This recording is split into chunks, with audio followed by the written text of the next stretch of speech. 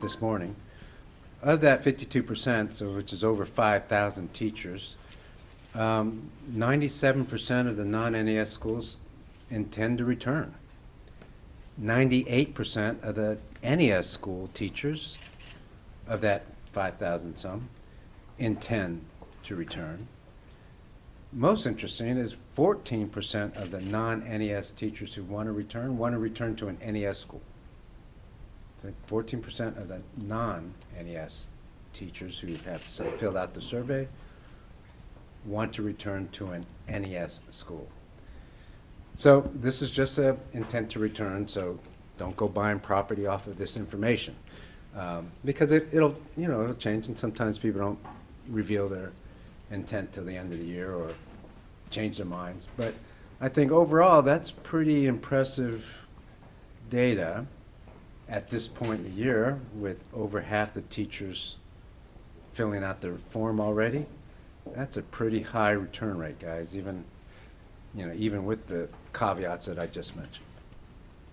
So that's the good news. I still have some other good news, but also some concerning news, and that's the HISD efficiency report. So look, we spend a lot of time, you ask me a lot of questions about schools, what's going on in schools, which is the proper focus. We are in the business of educating kids. So we talk a lot about instruction. We talk a lot about the NES model, the curriculum. Those are important things, and we've been focused on that, and we've been, I've talked a lot about achievement, we talk a lot about instruction, and all of that. At the same time, I hope most of us understand that we can't have a school system without good supports from central office functions. We have to have a transportation system that serves kids well to get them to school on time. We have to have a maintenance system that fixes the broken toilet so the toilet doesn't stay broken for a week or 2 weeks. We have to have people who repair our schools but also clean our schools. We have to have people and systems that really respond quickly to work orders. Otherwise, our schools won't function as well. So the notion of central office supports and back office systems and the infrastructure we put in place to support our kids and our teachers and our schools, hugely important. So even though this is not about what's happening in the classroom. That's why it was important for us, when I got here, to start looking at the infrastructure, the systems, the central office systems. I emphasize that word a lot because it's not about the people failing or not doing the right things. People will operate within the system that you have in place. I always say, when big things go wrong, first look at the system, because that's how people operate. So if you put a bad system in place, then why would you blame a person for following that system? So we don't blame our drivers, bus drivers, for a transportation system that's broken, and it is.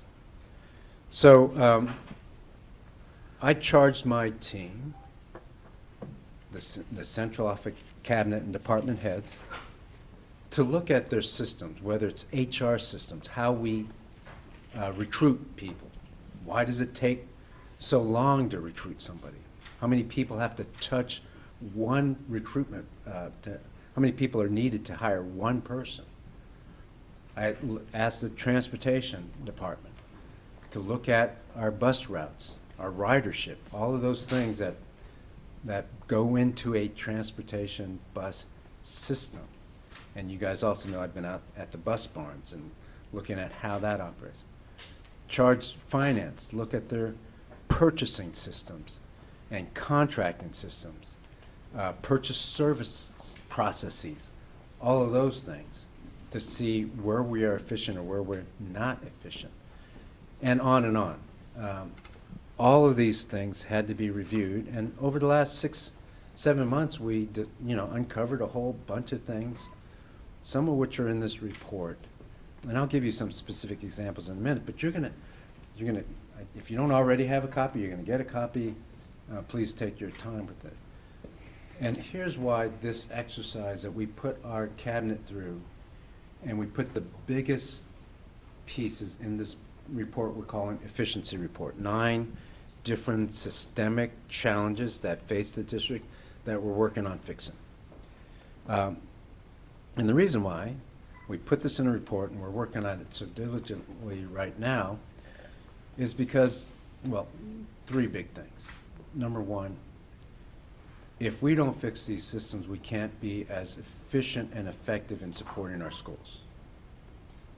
So it's not just about saving money, it's about making sure we get our kids to school on time, making sure we do fix the toilet when it breaks on time, making sure our buildings, as old as they are as cool as they can be in the summer and as warm as they can be in the winter. That's why we need efficient systems. The second thing is money. Our inefficiency actually costs us a lot of money. One of the things I know is that teachers, you don't pass out things during your presentation because kids start looking at the pieces of paper rather than, but that's okay. I'm sure you all can handle it since you're adults, you're not kids. But the second thing is about money, right? It's if we have broken systems, it will cost more. If we are inefficient, we're inefficient in our use of money. We need to make sure that we can prioritize our resources and spend the money wisely and efficiently so we can put more money in the classroom so that we can raise teacher salaries.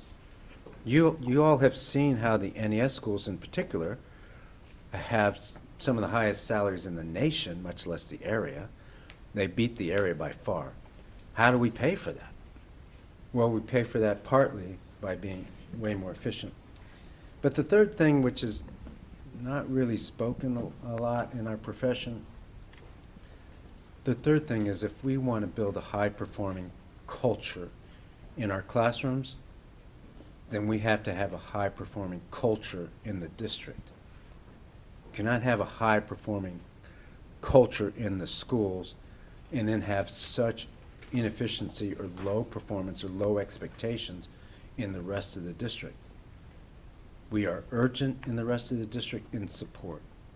We are efficient in what we do in the rest of the district to support better. And so those are the 3 reasons why this efficiency report and the concept of the efficiency report matters. Again, it's about being much more efficient and effective to provide support for kids. It's about being efficient and effective so we save money, so we can put more money into our classrooms and our teachers. And it's about maintaining a high-performance culture. And so I hope you get a glimpse or capture the flavor of it in the efficiency report. Just a couple examples. There's several examples in this report. And we did try to stay higher level. I mean, there's 100 challenges, specific incidences, but that's not what this is about. And this is not about any one school, any one driver, any one department. It's about how we operate as a system. But let me give you some specifics that are in the report. You're going to read that we bought buses we didn't need. We spent ESSER money. How many buses? 175 buses at about $20 million a year ago, as recently as that. That's a lot of money spent when we could use that money in other areas. That's one thing in the report you're going to find out. But the real question is, how was that process? What was the system to look at the buses you need, what you didn't need, why you would purchase it, what was the mileage and usage already, why did that escape notice to where we, HISD, bought those buses. We spent $26 million in overtime last year. $26 million overtime. And we say we don't have enough money for teachers or to raise salaries. Is that the right amount of overtime? I can tell you it's not, but that's a question that needs to be answered, right? Your system either allows for that much overtime or it doesn't, and we need to fix that system on how we monitor overtime, what we say qualifies for overtime, and how we hold people accountable for their regular jobs versus overtime hours. Another thing that's in the report is the financials. We got $1.2 billion over 3.5 years in this district. What is the return on that investment? First of all, that is a question that should be asked now, but it should have been asked a year ago, and it should have been asked at the beginning on how would you measure the use of $1.2 billion in ESSER money?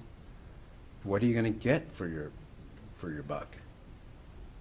What bang will you get for your buck?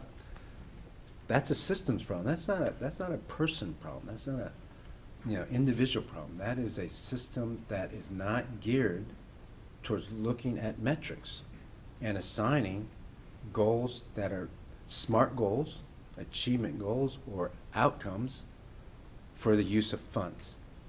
We spent $139 million of that $1.2 billion on recurring salaries, on salaries that are recurrent, on people paid by money that is now stopped. ESSER ends this summer. So now we're kind of in a position where we have to do something about that problem. You will recall, for example, in May of last year, in May, the district had a presentation by the last administration that we're going to reach a fiscal cliff in the end of the 24-25 school year. Remember that presentation? The chart is in your pamphlet or in your report. That's not a chart I created. That's a chart the last administration created. Fiscal cliff by the end of next year. What did that mean? What did that mean? It meant that we would reach under $500 million fund balance at the end of the 24-25 school year, or sometime during the 26-27 school year, if nothing changed. But no plan to fix anything. Instead, the district put $139 million in recurring expenses, did a 9% salary increase 2 years ago, also increased stipends like crazy over the last couple of years. So we just went on a spending spree and had no plan to, do something about that once ESSER money finished. A plan that should have been written 3.5 years ago, by the way, not in May. Now we're going to have to deal with that, but my point is that's a broken system when you have a financial system that doesn't look at goals and outcomes and ties money to the actions. That's a systemic problem. Again, trying not to blame any one person, any one department. That's a systems problem. By the way, most districts have that problem. You will not see that here. When the budget comes out, you will see the action plans that the district have, the key goals that are all measurable, tied to budget and money. We're going to fix this. Next year's budget will be over $850 million fund balance, regardless of the challenges they left us with their own fiscal cliff. We're going to avoid the fiscal cliff, and we're going to do it right away. And you'll see that when we present to you the budget in May. It'll be approved in June. That's it. That's, I mean, those are just some of the examples from the report. You'll see other things. You'll notice too that it focuses on systems, not actually examples, but systems. Who's got the first question? Before that, our equipo communication in knowledge wants to. Superintendent, I was just going to clarify, just in case anyone is unfamiliar, ESSER is the federal COVID relief aid. Yeah, sorry. So ESSER monies is the money that the district got, and everybody else did too, on to regain learning loss from COVID. All right, we'll go to the first question, Margaret. Is there any consideration with all this added emphasis on responsiveness and things like that for raising the pay of any of these much valued support people? Yes. I can't tell you exactly what it will be. We're going through the compensation manual as we speak, and we'll be releasing that soon, the compensation manual. And so the answer is yes. We get it. Our support staff have not been, in some cases, paid competitive salaries. And so we need to do that as well. What level of surprise or validation was there on maybe your preconceived ideas when you said, let's take a look at this, and you see these results? Yeah, so I've been in several districts. I've been, and I've talked to several colleagues.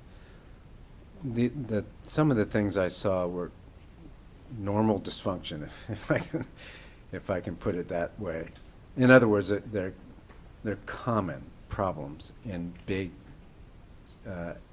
districts, in urban districts in particular. However, I think the level here was higher than I expected. So I wasn't totally surprised, but there was some level of, wow, this is worse than typical urban district. Dominic, you have a question? Yeah, the release mentions a morass of curricula and programs that were not linked to any particular standards of quality. I see some references to CTE and some references to high quality instruction, but I was wondering if you could give specifics about that curricula and programs, because I know some parents are going to see that and wonder, like, what about the magnet program at my school? Yes, so I don't want to talk about any one, vendor or textbook or resource, because that's not what this is about.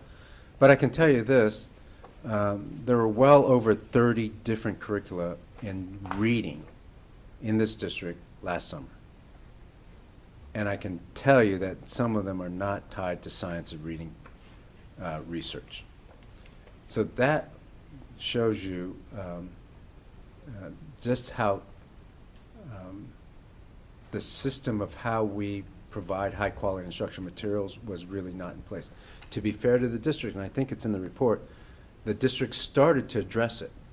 You will recall that the district in 22-23 school year had a pilot program using Amplify products, and in a handful of schools, Carnegie and Eureka curriculum for math. So there was already a knowledge that we can't have this many different curricula and do right by kids with regard to high quality instructional materials. Asher? Yeah, so for next year, is there, and I haven't read the report yet, but is there a ballpark estimate of how much these efficiencies will save?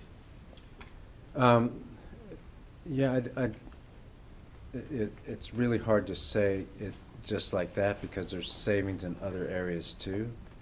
But in the end of the day, you can look at it this way, I think. There was a prediction of fiscal cliff if nothing was done. We're going to end up next year's fund balance at $850 million, probably this year at $870 million. In order to increase the salaries at the NES schools, then we have to find efficiencies in the rest of the system. So you can kind of look at it that way. The increase will be offset by efficiencies. Right, I guess I just think, like, probably anyone trying to get their head around, like, the scale of this would probably be looking for generally about how much in dollars this is saving. Like, is there any sort of, like, are we talking tens of millions, hundreds of millions? Where does this land? Yeah, it's a difficult question to answer, because if, no matter what answer I give right now, it really depends on how you add up the savings. Some things are not a savings. Some things are going to cost more. I'll give you an example, right? I can't answer your question. I can tell you this: we're not going to reach a fiscal cliff because of the efficiencies we're going to save. I can also tell you we're adding 45 NES schools, higher salaries, right, in those 45 schools, without lowering the fund balance below 850. When the other administration was projecting, reaching somewhere around $500 million fund balance by the end of next year. So we're going to be able to pay for that. In other words, we have to have efficiencies to do that. Sorry, one last Follow-up. follow-up. Like, I guess one way of asking it then would be, do the efficiencies outlined in this report fully offset the spending in order to reach that balanced budget, or are there other cuts to come? So that's a good question. Here's the answer to that question. I want to make sure that I don't give the wrong impression. These are system changes. They cannot be solved overnight, and they won't all be solved this year. Yes, we're going to do a lot to address many of the things that are in this report, but these are system problems that developed over many years, if not a decade. And so, or in some cases, probably more than a decade. They have to do not with just inefficiencies, but decisions that were made many years ago. I just give you one example, so you can hopefully follow me, and it's not in the report. You want a more efficient transportation service? Then you have to locate your bus barns in the best place possible for efficiency. If you were starting from scratch, would you put 2 bus barns on the very edge of the district? Answer is no, you would not do that, because you miss half the radius of the routes that you can send out and the kids that you can capture within a 5-mile radius of the bus barn as the bird flies. So you see what I mean? That's a decision that was made, I don't know, 20 years ago, maybe 30 years ago. Somebody made that decision then. We're living with the consequences now. The problem would be not to do anything about that and just say, well, we got to live with it because the bus barns are where the bus barns are. So does that save any money? Probably not, but it's going to be efficient, and I can't change it overnight. Sam? I have 2 questions. The first being, will any of these changes have any effect on how campus level budgets are determined for the next school year? Yeah, thanks for asking. That's not in the efficiency report. So in that sense, no. But there will be impacts on schools that are in a positive way. For example, one of the things we're going to do systemically is push supports to the schools. For example, if you have a maintenance hub where people all your maintenance workers go to, and you have to travel to and from a school over here, you can see how inefficient that is, especially if you don't bring the parts with you. That's a system problem. So we're going to push the supports to the schools, and so there will be hopefully a positive impact on most schools for these efficiencies. And then you mentioned, I think it was 26 million in overtime last year. What are your plans to, I guess, revamp that system? Like, will teachers be at non-NES schools still be eligible for overtime? Will they be expected to work overtime without pay? Yeah, no, this problem is not mostly about teachers at all. It's about our central office staff, our hourly employees mostly. And we're doing things systemically to make sure that we have proper recording of overtime, proper monitoring of overtime, but also making sure that we look at a system of how we use purchase services. So, you know, I'll just ask you a question without giving you the answer to show you how we're thinking about it. Overtime. We have grounds maintenance folks doing a good job, but working in the system we have. There's over $1 million of overtime there, plus $2 million of purchase services for the same job, groundskeeping. So let me ask you, how many grounds overtime hours do you need? Grounds maintenance overtime hours is appropriate. The answer to that question is what we're getting at when we talk about systems. It's not just a matter of cutting overtime hours. It's a matter of understanding what the purchase service company does, how effective our grounds people are working, and what is the right amount based on a system, we call them service level contracts, for grounds maintenance. So it's a complicated issue, but that's why it's systemic. Garza, do you have a question? Oh, he asked what I was gonna ask about Okay. overtime. Then we have a follow-up question, right? Yeah, so turning back to kind of the first effort to address inefficiency in central office, in July you said there would be 2,300 cuts. The district recently acknowledged that it's been 1,900 so far. So I was just hoping you could speak to why there's that 400 person gap. Yeah, you know, I don't know the numbers you're talking about. I know this. It's very complicated when you have 27,000 people. We cut central office staff quite a bit last year. I think by 2,000. Some of those were vacancies. We said it at the time. And some of those are positions. But you also have to understand that there's a process of transferring. We were creating departments. And so it's a lot of people. The bottom line is this, though. We decreased the size of central office to be more efficient, and that's just the first wave, and that's what we did back in the summer before we even had a real look at systems. So we're going to continue to do that. It's a complicated process. One of the reasons why the numbers are so hard to decipher, especially from the outside, Dominique. Well, I mean, Yeah. Let me okay. finish the thought. One of the reasons why the numbers of employees are hard to decipher is the systems. For example, in June, we discovered 990 people on our rolls that no longer worked here. I think that's in the report. And only a handful were getting paid, which is another problem, but it's, 27,000. I'm thankful that only a handful of the 990 people who no longer worked in the district, who were on our records of working in the district, that's a systems problem, guys. Again, that's not a person problem. And so, did you count the 990? Did we count the 990? Should we count the 990?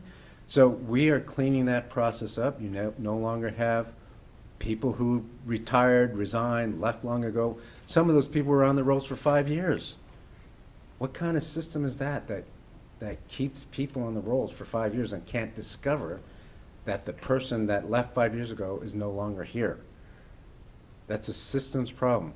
That's also why it's very complicated to understand in a district that is dysfunctional how many people are actually showing up at this department on any given day. So just to Follow quickly follow up, I understand that it can be hard to decipher, which is why when I got the records I got, I asked the press office.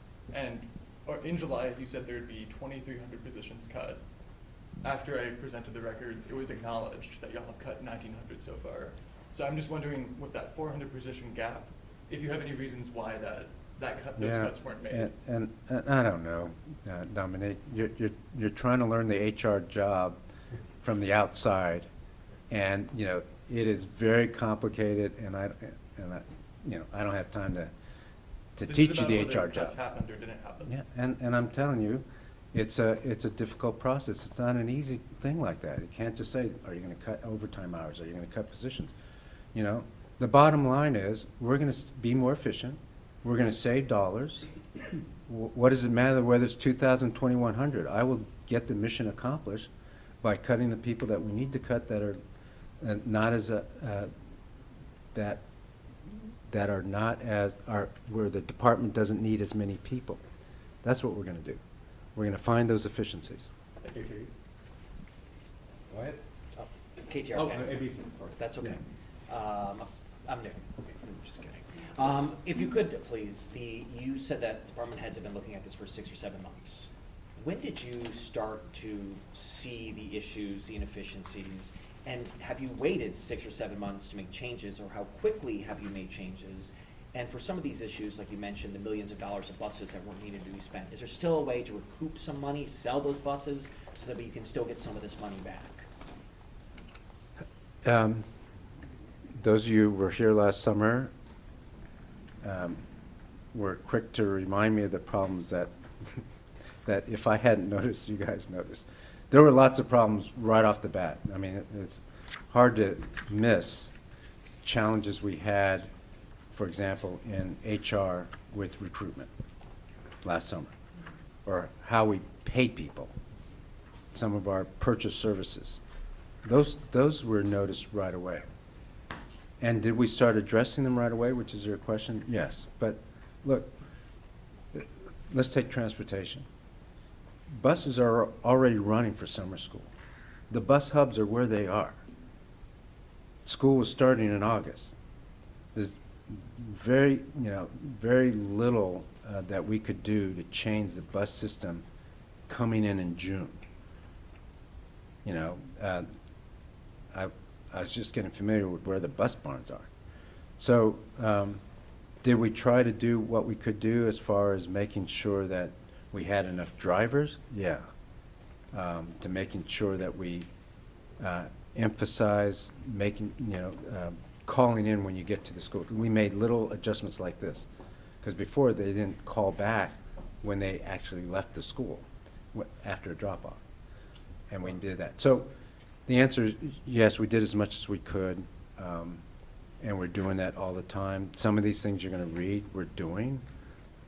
Give you an example, service level agreements. Service level agreements is where you identify how long it takes to do a certain task, whether it's mow an acre of ground, change a part in the toilet, et cetera, et cetera. We're already well on our way to having service level agreements. We didn't when I got here. And what's the total dollar amount of wasteful spending that you found? So that's the same question. Well, he asked you, how yeah. much money you may be able to save, but I'm just curious to know if you got the total number of wasteful Yeah, spending. that's like saying what's on the other side of that coin. But I don't know is the answer. It's not all about savings, guys. There's three things, right? One is about efficiency. We're not going to save probably a dime on fixing that toilet faster, right? We might, but it's hard to say. If we get that school's toilet fixed, that may be because we have a more efficient use of the workers that we have, and we may not save as much money on transportation as I would like. So it's about both efficiency and savings. So we will save enough money to pay for the reforms that we need to put in place. What, quick question, sorry. What motivated the report? What made you guys realize, let's start looking at these things? I know there's not a total number of wasteful spending, but what made you realize there's a significant amount enough to release a report and start working on this? Yeah, I think both my team, the community that's interested at this level of items that we have to report, not just about the classroom. I think it's important for everybody to understand, my team included, just the extent of the systemic change that we have to undergo. So they understand that looking at the problems that are systemic, and we're going to address them over the long haul. We don't have much time on We have one more question with NTD that are waiting for. Oh, How about thank these you. three people here? So I asked this question for children. I saw a book in a public library in California. The book encouraged a boy think himself as a girl. So I got very shocked. So may I know, is there a problem? Because you mentioned the high quality instruction book in our HISD, and do you find the problem too in this community? No, I haven't encountered that problem in this community. When we talk about high quality instructional materials, really we're mostly talking about curriculum. That's a term of art in the profession, and it's about math books, language arts books, science books, and things like that. But the answer is no, I haven't encountered that issue so far in HISD. Can I ask Asher, just one yeah. more? Yeah, because about 5 years ago, there was a legislative budget board report on inefficiencies in HISD. This isn't the first time that folks have looked at that, so I'm just curious why, like after that was already kind of looked at, and I know the school board took some steps to try to resolve it, like why this now? Yeah, so the legislative budget